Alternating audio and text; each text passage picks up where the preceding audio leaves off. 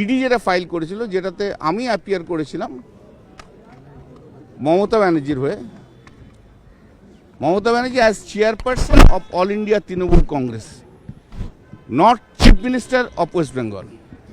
সেই মামলাটা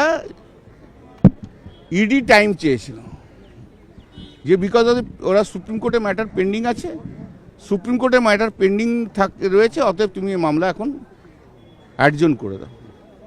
তো আমরা বলেছিলাম যে সুপ্রিম কোর্টে কি গ্রাউন্ডে চেয়েছে দেখো, আর আমরা বলেছিলাম যে আমরা we are agreeable to argue this matter, we are against this adjournment. তো জজ সাহেব ওদের সাবমিশনটা রেকর্ড করেছে যে হিয়ারিংয়ে এটা ইয়েতে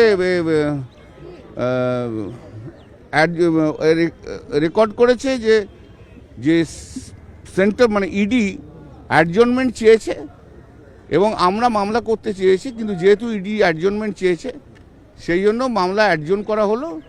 সুপ্রিম কোর্টের মামলা হওয়ার পর সেই মামলা